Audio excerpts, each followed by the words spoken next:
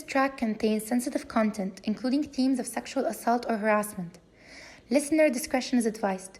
If you need support, please reach out to a trusted friend or family member, or seek help from a mental health professional.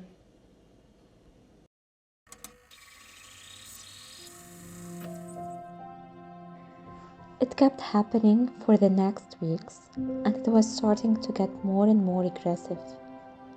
I was a helpless child with no physical force to defend myself, and every time I tried to pull away, he used to say, "Just wait, one more time, one more second."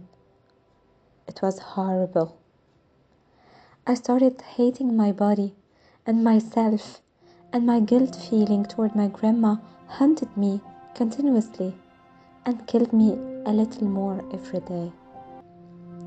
I kept trying to avoid going down to see him, but my family kept insisting. Now, why didn't I tell anyone? It's because I was afraid. I wasn't afraid of him, but I was afraid it could cause too much harm to my mom, my uncle, and my aunt. I didn't want to ruin his image, especially after finding out he was sick. That shit kept happening for like 6 years. Actually, it only ended when he got really sick and was practically dying. 6 years of silent pain and fear. 6 years of hiding scars and tears. 6 years of guilt feeling. 6 years of severe depression that made me try to end my life several times. Maybe I didn't really intend to die, but I just wanted to reduce the suffering somehow. If you notice that someone who was once outgoing and cheerful has gradually become quiet and withdrawn, it could be a sign of domestic abuse.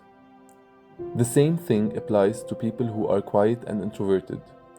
If you see them going out frequently, with a stressed vibe, and just picking random outings, this could mean they're actively trying to avoid a predator.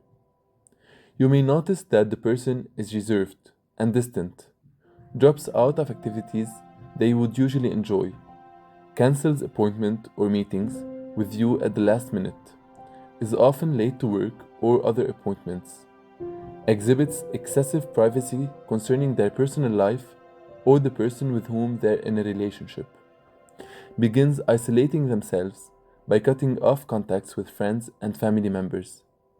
All these changes reflect how the victim is emotionally challenged and suffering.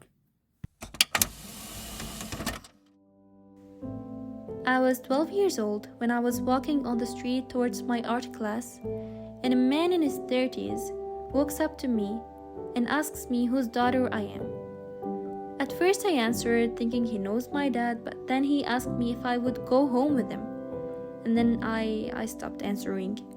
He kept talking and trying to get me to talk to him while I walked faster, so afraid of him touching me. Once I reached the closest store I entered, and I was in terrible fear. This harassment has been a scary memory in the back of my mind for 9 years now. Sometimes, the fear a victim of abuse experiences is so intense, they feel paralyzed to make decisions or to even protect themselves or their children. When the fear gets to that point, they will even turn down help offered to them by friends, family, or even professional protective services. People who are being abused may seem anxious or nervous when they are away from the abuser, or they may seem overly anxious to please their partner. If they have children, the children may seem timid, frightened, or extremely well-behaved when the partner is around. Although victims may not talk about the actual abuse, they might refer to the abuser as moody or having a bad temper. They may reveal that the partner is particularly bad-tempered when drinking alcohol. To know more about what happened to our real-life survivors and to learn more about harassment and consent, check out the next episode of Love Shouldn't Hurt. To report a case of sexual harassment, contact the following NGOs or hotlines.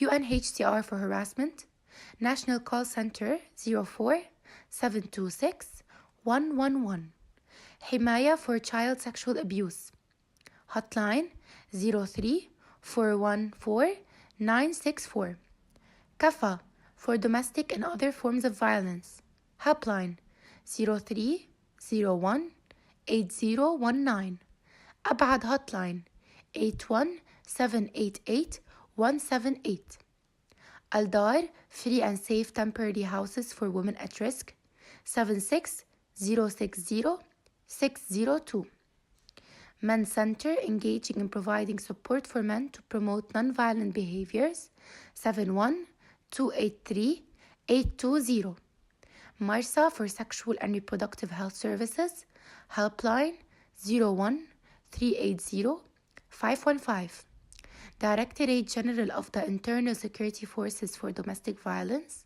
hotline 1745.